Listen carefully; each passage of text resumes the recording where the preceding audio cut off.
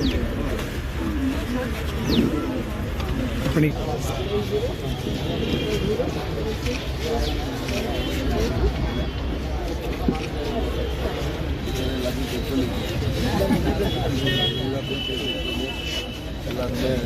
Cholesterol எல்லாம் இருக்க ரத்தத்தை எடுத்து ஒரு தடவை வாய்ப்பு பார்த்து வரணும்.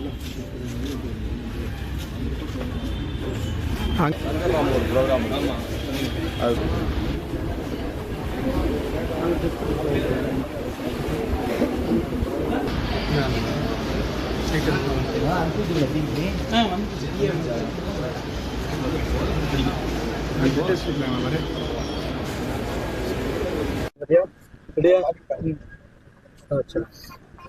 மாண்புமிகு தமிழக முதலமைச்சர், தமிழக வெற்றிக் கழகத்தின் தலைவர் தளபதி விஜய் அவர்களது பிறந்த நாள் 52வது பிறந்த நாள்.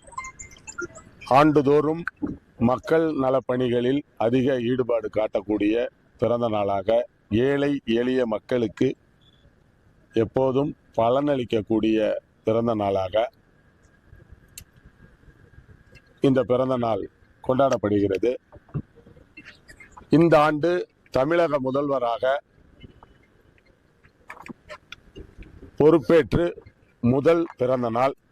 இந்த நாளில் தமிழகத்து முதல்வர் அவர்களின் அன்பான வேண்டுகோளாக, அவருடைய பிறந்த நாள் செய்தியாக எங்களுக்கு தந்திருக்கின்ற தகவல், மிகுந்த பொறுப்புடனும் இந்த மக்களுக்கு சேவையாற்றுகின்ற செயல்பாடுகளை செய்து எனது பிறந்த நாளை கொண்டாடுங்கள் என்பதுதான். அதை அடிப்படையாக வைத்து ஒவ்வொரு ஆண்டும் நாங்கள் மக்கள் பணிகளை மேற்கொள்வதைப் போல இந்த ஆண்டு தஞ்சாவூர் மத்திய மாவட்டம், தஞ்சாவூர் திருவையாறு சட்டமன்ற தொகுதிகளுக்கு உட்பட்ட 20க்கும் மேற்பட்ட இடங்களில் இன்று, நாளை மற்றும் 22 திங்கட்கிழமை 20 மருத்துவ முகாம்கள், அனைத்து மருத்துவங்களும் கிடைக்கக்கூடிய அளவில் தனியார் மருத்துவமனைகளோடு இணைந்து இதை செய்கிறோம். இன்றைக்கு தஞ்சை சட்டமன்ற உறுப்பினர் அலுவலகத்தில் வினோதகன் மருத்துவமனையினுடைய பல்துறை மருத்துவர்களின் மேற்பார்வையில் இந்த மருத்துவ முகாம் நடத்தப்பட்டு வருகிறது. நாளை காலை தஞ்சை பூக்கார தெரு கணேசா வித்யாசாலா பள்ளியிலும், நாணயக்கார செட்டி தெரு பள்ளியிலும் இந்த மருத்துவ முகாம் ஏற்பாடு செய்யப்பட்டிருக்கிறது.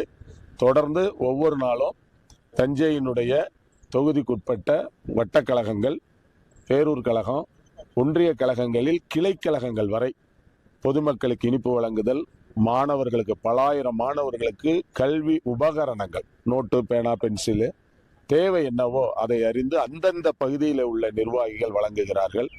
தொடர்ந்து நான் தஞ்சை சட்டமன்ற உறுப்பினராக முதல் அரசு சம்பளத்தை பெற்றிருக்கிறேன்.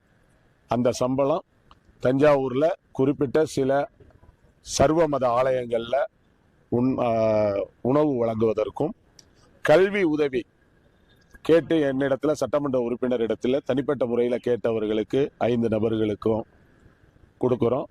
நாளை மாலை பேரறிஞர் அண்ணா நூற்றாண்டு மண்டபத்தில் கலை பண்பாட்டு மையம் சார்பில் நலிந்த கலைஞர்கள், திறன் வாய்ந்த கலைஞர்கள் அவர்களுக்கெல்லாம் ஊக்கமளிக்கும் வகையில் கடந்த ஆண்டை போல இந்த ஆண்டு ஒரு கலை விழா மற்றும் உதவி வழங்கும் விழா நடத்துகிறோம். அதுலேயும் பாதிப்படைந்த மாற்றுத்திறனாளிகளுக்கு 3 சக்கர சைக்கிள், நடப்பதற்கு ஏதுவான ஸ்டிக்கு, இதை போன்ற நலப்பொருள்கள்லாம் கொடுக்குறோம். நலிந்த கலைஞர்கள் குடும்பத்திற்கு வாழ்வாதாரத்திற்கு தேவையான உதவிகளை எல்லாம் நாளைக்கு செய்கிறோம். இப்படி திட்டமிட்டு 3 நாட்கள் இந்த பிறந்தநாள் விழாக்கள் ஆங்காங்கே ஏற்பாடு செய்யப்பட்டு, குறைந்தபட்சம் 100க்கும் மேற்பட்ட இடங்கள் அமைப்பு ரீதியாக ஒவ்வொரு வீதியிலும் தளபதி முதல்வர் அவர்களுடைய பிறந்த நாள் பொதுமக்களுக்கு பயன்பெறும் வகையில் கொண்டாடப்படுகிறது. அதைத் தொடர்ந்து 2 நாள் சட்டப்பேரவை எம்எல்ஏக்கள் எல்லாரும் சட்டப்பேரவையில் இருக்க வேண்டிய அவசியம். ஆகவே பொறுப்பாளர்களும் அதில் தான் இருப்பாங்க. அதைத் தொடர்ந்து தளபதியின் பிறந்தநாள் இந்த ஓராண்டுக்கும் மாதம் பல நலத்திட்ட விழாக்களை முன்னெடுக்கிறதுக்கு திட்டமிட்டிருக்கிறோம். தொடர்ச்சியாக இந்த உங்களுடைய மாவட்ட பகுதி உள்ள சுமார் எவ்வளவு மதிப்பீட்டில் இந்த திட்டங்கள் மொத்தமும், அதாவது அரசு சாராத தொகை இல்லையா? ஆமாம் ஆமாம்.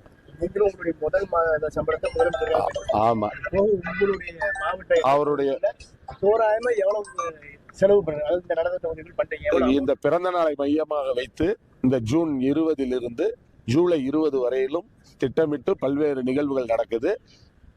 கழகத் தோழர்களின் சொந்த நிதி 30 லட்சம் ரூபாய் மதிப்புல திட்டமிட்டு நலத்திட்ட பணிகளை நாங்க மேற்கொள்றோம்.